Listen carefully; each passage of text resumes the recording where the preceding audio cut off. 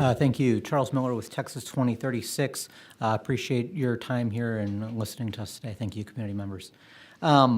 Texas 2036 approaches the affordability in healthcare with a recognition that the market really hasn't been functioning well. And we look at this from what are the required elements of a functioning healthy market.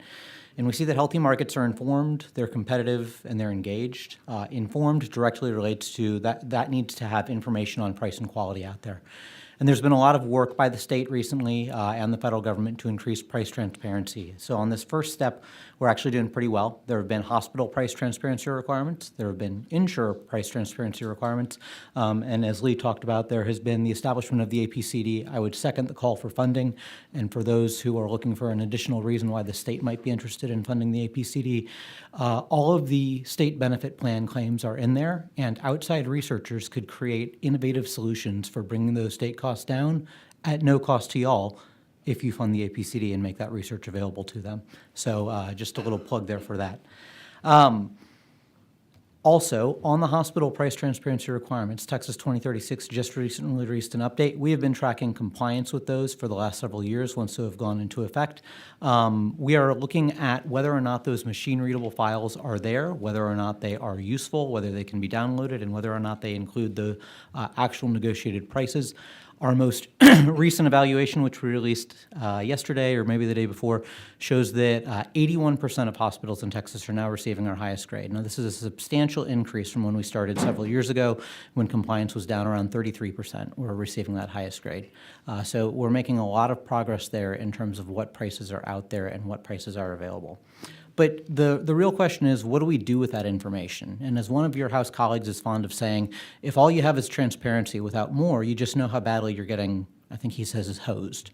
And so what you need are the next steps of that marketplace, and you need them to be competitive, so you need to have choices, and you need a market that is engaged, which means that we have the right incentives in place. So what does that mean, really? What are we going to do when we have this price transparency information? Well, we see that there is a wide extent of price variation. And so that means that for the same service in a same area, prices can vary by a factor of up to 10 to 1. And we heard about some of these price differences earlier, where a surgery might cost $6,700 or it might cost $46,000.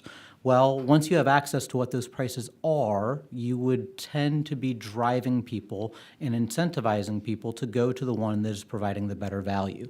That doesn't always necessarily mean the absolute lowest cost, but when we're seeing a price variation of 10x, there's plenty of room to find high-value, high-quality providers who are offering care at a lower cost. So this gets into the discussion of what can we do about this. Smart employers and insurers would want to design benefit plans that include incentives for their patients or enrollees to go get high-quality, low-cost care. And two of the most common methods for doing this are known as steering and tiering. Steering would be offering incentives for your patient to go to a high-quality care. A common example is if you know that there is a low-cost, high-quality hospital for childbirth in the area, you could offer your patients free diapers for a year to go there. So that is an incentive for them to choose a particular provider and steer those patients to that. There are other strategies known as tiering, and so you can offer tiered networks so that providers who offer the best combination of value are in the most preferred tier, and providers who offer a lesser combination of value are in a less preferred tier. And those tierings impact things like cost sharing. So you might have a different deductible, you might have a different copay to incentivize them, again, to go get care at that higher value level provider. The legislature last session passed a groundbreaking law, House Bill 711, that was designed to enable these strategies to operate more effectively. Now, steering and tiering are not without their risks. One of the risks that we face in a steering or tiering strategy is the risk of self-dealing. And this can occur if an insurer has a wholly owned or controlled provider group, or if a health system, like a hospital system, actually runs a health benefit plan, there is the risk that they would want to steer or send patients to their wholly owned or affiliated group, even if that's not necessarily in the best interest of the patient. What House Bill 711 included was a really interesting protection there and said, when a health benefit plan is going to utilize one of these strategies, it has a fiduciary duty, which is the highest duty that the law can impose, to do so only in the best interest of the patient or policyholder. And so that is a really strong protection, but also really flexible protection against the risk of potential self-dealing. We think that this is a strategy that could be applied in a number of different ways that allows for the power, the beneficial parts of steering and tiering to take advantage of this price variation that we see, while also protecting against the risk of the negative aspects or the potential negative aspects of that. And so we would encourage you to consider expanding that use of fiduciary duty to other types. In House Bill 711, it only applies to health benefit plans. It does not apply to PBMs. That may be a consideration for how to apply that in that context to address some of the things that were being discussed here with inappropriate or steering or tiering that is not in the patient's best interest. One of the things that I wanted to talk about also was the implementation of House Bill 711's fiduciary duty standard and things that came out. So while House Bill 711 did prohibit anti-competitive contracting terms that would have prevented employers and insurers from doing this, it did not directly address other potential state law barriers to our state-regulated insurers from doing the same. While we think that the fiduciary duty standard is a good protection there were other potential barriers in place. During the rulemaking process, there was some back and forth with the Department of Insurance, and one of the things that came up was, well, what are the other potential statutory barriers that would prevent a state-regulated insurance plan from offering a tiered benefit plan or a steering reward scenario? And at first, it seemed as though there may have been some freedom of choice discussion. The department appeared to clear off and say that the freedom of choice provisions no longer would prohibit a steering or tiering in this scenario. What they did say, though, was that there's a provision code in Chapter 1460 of the Insurance Code related to ranking physicians.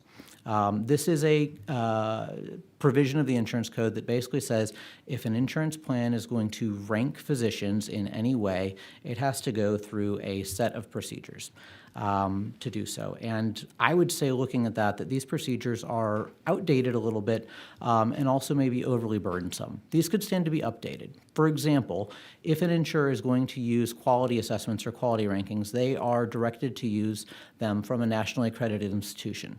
The two that are listed in the statute and regulation don't even exist anymore.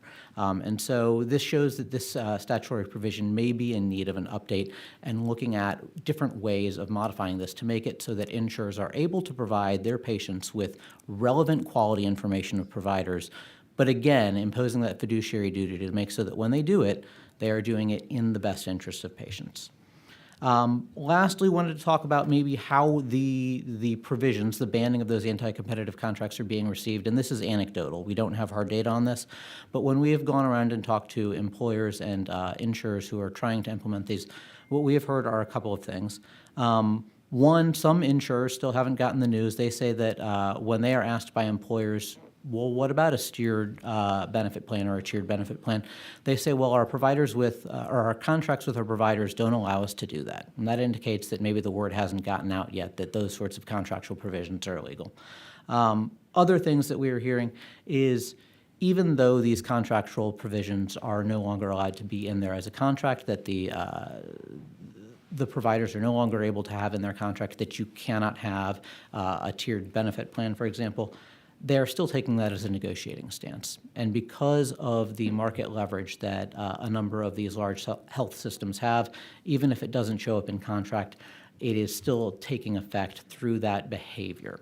And one potential solution to look at that would be maybe making what constitutes anti-competitive behavior from an antitrust standpoint more clear in statute in that area. With that, I'll conclude my testimony. Happy to answer any questions, as always.